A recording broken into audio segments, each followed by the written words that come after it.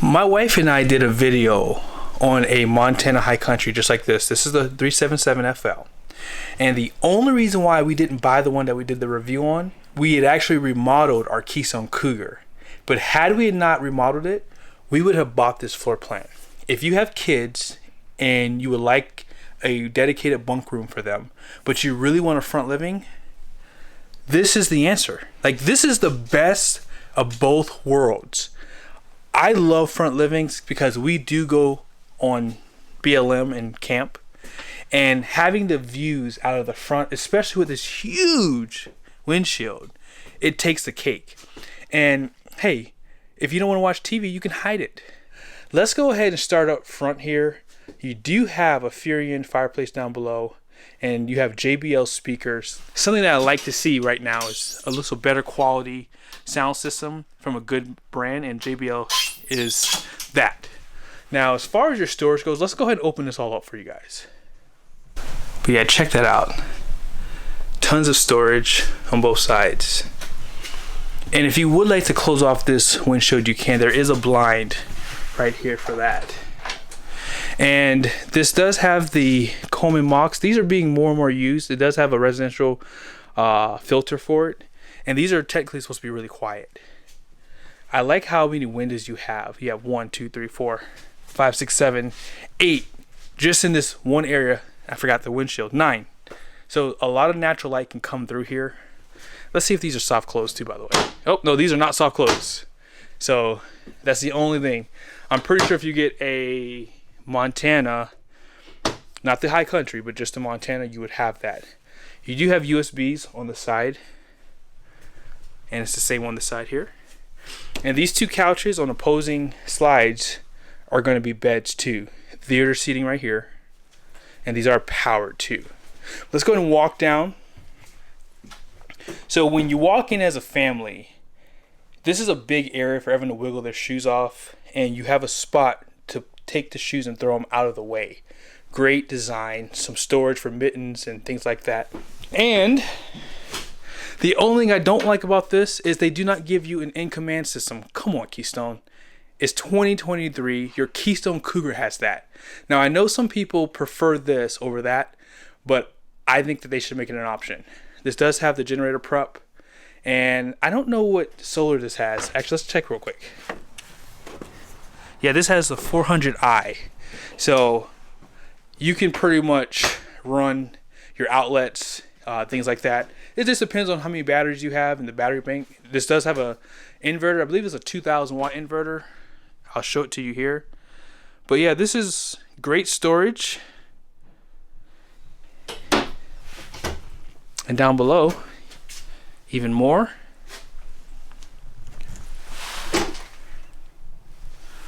Wow. And I really like the attention to detail to the slides too. Really nice attention. And check out your fan too. It's pretty cool. It's like more modern.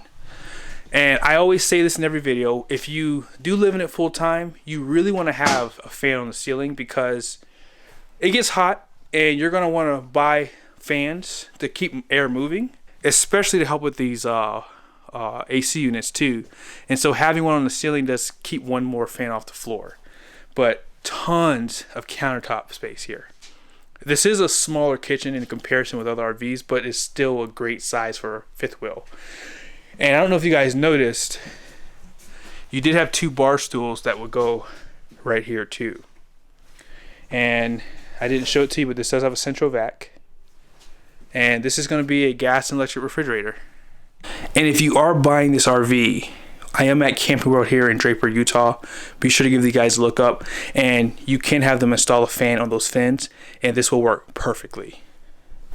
So check out the storage above and below. They do provide a trash can, and you have 4 drawers, which are going to be the same size as this one. Large sink, basically residential under the counter. And this is a new Furion cooktop, so it's not a big one, but it's better than what they normally used to give you. Let's check out the oven here.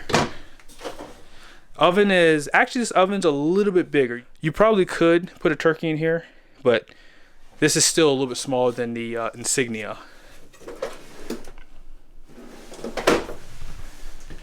And then on this side, above the microwave, more places for junk.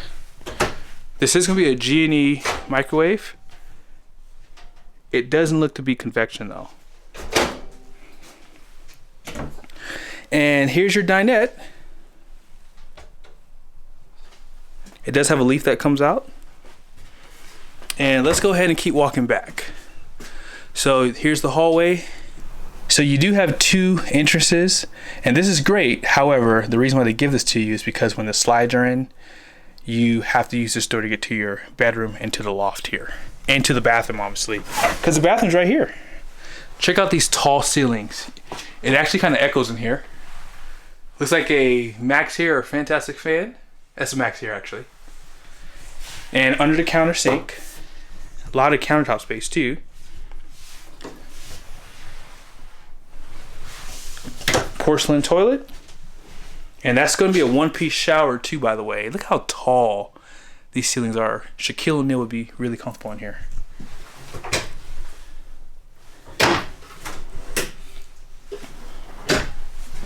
And let's keep going. So here's where your kids would sleep at. Love this design. And this is pretty tall too. I would venture to say that even if you have teenagers, this would be perfect for them. Like all their junk can be up here, and you can put you could put a TV up here. There's a bunch of USB, so you don't really have to. And then here's one of the AC units too inside here. Windows on both sides with some blinds. And oh yeah, this is definitely for kids because you can't really turn if you're an adult. But you do step down to get into your bedroom, where they do provide some height for you too, so you don't bump your head. And one thing I like about this bedroom being out back is it does stay cooler because your kids are going to take the grunt of that heat in the summertime. So that's one good thing about this room. Large closet with tons of storage, and there is a light in here too. It is sensored. And then check out this area here.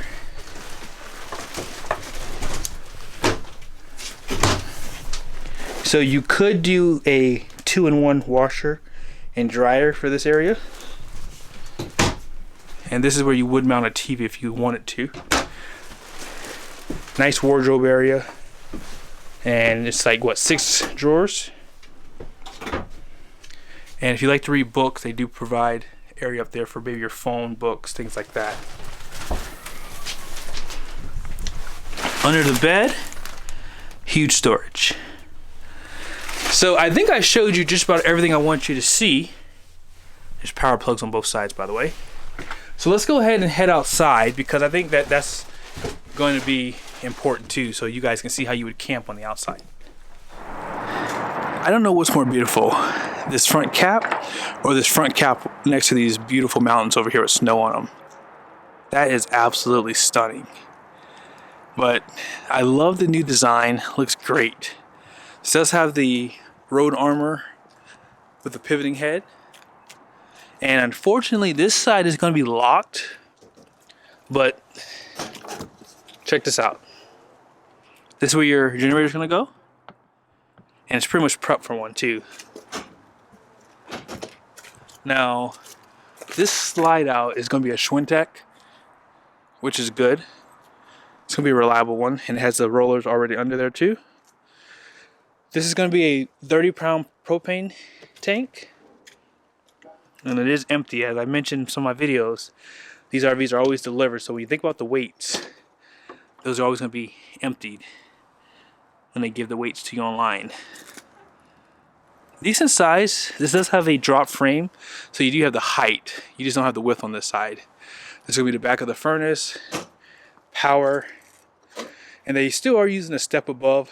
I like the newer ones personally, but these are actually pretty wide, so they have made the sides of them a little bit thinner too to give you more step. Those are your JBL speakers. And let's see what kind of, let's look at the tires on the other side because I can't really see them. But yeah, road armor suspension. This is probably going to be a 10 or 12 gallon water heater. I'm pretty sure you can get a tankless. This is going to be, wow, 16 gallons. Excuse me, this is a 16-gallon water heater. So you have more than enough hot water there.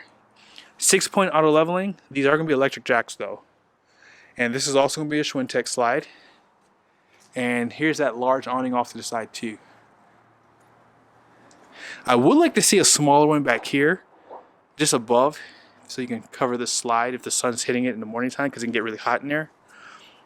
And yeah, let's check out this little storage here. Ah, this storage is locked, unfortunately. Darn, that storage is locked. But here's the top of it. It does have a straight back roof. LED lights out back, and there is additional storage back here. Let me see if this one's open. So here's that major problem that they fixed on this fifth wheel. In the past, that drop frame in the rear sat really, really low. And it looks like they fixed that problem, because you see how it kind of goes up? So now the back of the trailer won't bottom out. So I love that they did that, because that was a big deal back in the day. And a few people did mention them scraping and damaging that frame. And obviously that could hurt the rigidity of it too. But unfortunately, all of these storage areas back here are locked. So I can't show it to you. But off to the side here, here's some of those windows and that second entrance. And then here's where your power plug is. And then this is where you're going to pull the gray valve. You don't necessarily have to open this, because you can go in under here. So that's going to be your black and your gray tank valve. And then check out your tires. So these are going to be a Rainier tire. Wow. And these are ST 235/80/16, and this is going to be 14 ply, 4,080 pounds at 110 psi's, and then that's where you're going to dump from too. And then that's a spare tire right there, and that's where your sewer storage is, up right there on that drop frame. This is going to be a rack companion slide out. So I believe they were using cable driven slides, but they might have changed those off. And wow, it looks like your fresh water might be up front. So that's going to add hitch weight to your truck. So just keep that in mind.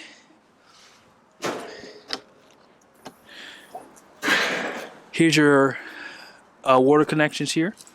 No valves are inside of here, which is nice. And you see how they protect your low point drains? And this side of the basement area is a little bit bigger too. A little bit bigger. Not by much. Power lights on both sides, and there are going to be sensor lights too. And then this is where your auto leveling is, which I always mention, good line of sight when you're going to hook up. And let's take a look at the numbers. So this is going to have an unloaded vehicle weight of 13,870 pounds. Gross vehicle weight is going to be 16,460 pounds. You're going to have a 7,000 pound axle each out back. And all-in cargo carrying is going to be 2,530 pounds. But let's go ahead and pick out a truck for this rig to see how much capacity you will have if you use a single rear wheel. I'm on Keystone's website, and before we get started with the numbers, I wanted to show you the floor plan. It does come standard with an 18 cubic feet residential refrigerator with an ice maker. Why they would downgrade it to this 13 cubic foot gas electric one, I would never know. Because these have inverters and solar prep, it is pointless to go to an optional gas electric. I would never do that, but that's just my opinion. I'm off my soapbox now. So let's take a look at the numbers. This is a heavy fifth wheel. When you have a dry hitch weight of 2620, as I mentioned earlier, normally they don't come with batteries and propane filled. So that's going to increase the weight. And if you do plan on adding a generator, that's only going to increase it more. So if you're going to add a generator, go ahead and step up to a dually. But if you don't want that generator, let's see if we can make this work with my truck. I already got my truck weighed, and if I were to upgrade our fifth wheel, this is the one I would like to have. So I'm gonna really crunch these numbers to see if it will work. What I normally do is I take the hitch weight, and then I will divide that number, is 2,620, I'll divide it into the dry weight online. So that's going to give you 19.3%. And I like to add 2% to whatever on here because you're going to add your gear inside the RV. And keep in mind that freshwater tank location might be a problem. So keep that in mind if you do plan on buying this and going full time or traveling on extended trips with a full freshwater tank. If you're new to JB Reviews, I do have a 2023 GMC Sierra 3500. I did trade in a 2019 Ram 3500 for this truck. Now here are the numbers on the door. So my truck's payload is 3,782 pounds. As you can see, my towing capacity, you'll never be able to get there on a lot of these trucks. But with my truck getting weighed at a cat scale, this is what my family and my cargo weighed. So if you take 842 pounds, which is my passengers and my cargo, subtract it from your payload, this is what I have left to tow a trailer. So your hitch weight is what's going to kill you every time. That's why you'll never be able to get to your towing capacity on any truck. Unless the trailer has axles front and rear of the trailer and you're just really pulling it down the road. And that's probably the only way you can get to this towing capacity. But with that being said, anytime you see a GVWR above 15,000 pounds, these RVs are always 9 times out of 10 out of reach for single rear wheels. With my trailer, I have a GVWR of 13,980 and I'm almost maxed out with this truck.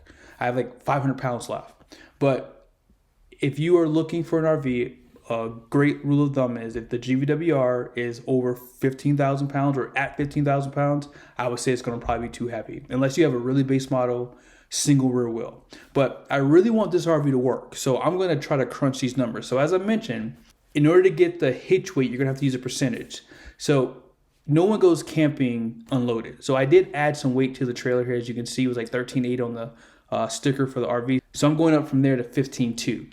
Now I really want this to work. So 21% of this number is going to be 3,192 pounds. So no matter how much I try, I can't make this work. Obviously I could make these numbers kind of move around. I can still use a gooseneck for the camper, but again, I think when you get into this territory, you're really going to have to start looking at dualies, and it's because of the hitch weight. And that freshwater tank, because it was forward of the trailer's axles, you're going to have some more problems there. So if you do plan on traveling full time or going on an extended trip and you want to fill that 91-gallon freshwater tank, you're not going to be able to make a single rear wheel truck work. So what I would always recommend that you do is take 16,460 times it by 21% by adding 2% of whatever's on the website, and that's going to give you 3,456 pounds. Now, it may not ever get that high, but in my experience, I've had a lot of people tell me that they've gone pretty high above because we camp pretty light. And even with our setup, we still, increased our hitch weight considerably from what was online. So just keep that in mind when you are doing your research. Thank you so much for watching this video. I hope it was helpful. Be sure to subscribe to my channel and make sure your bell notifications are on, and I'll see you guys in the next video.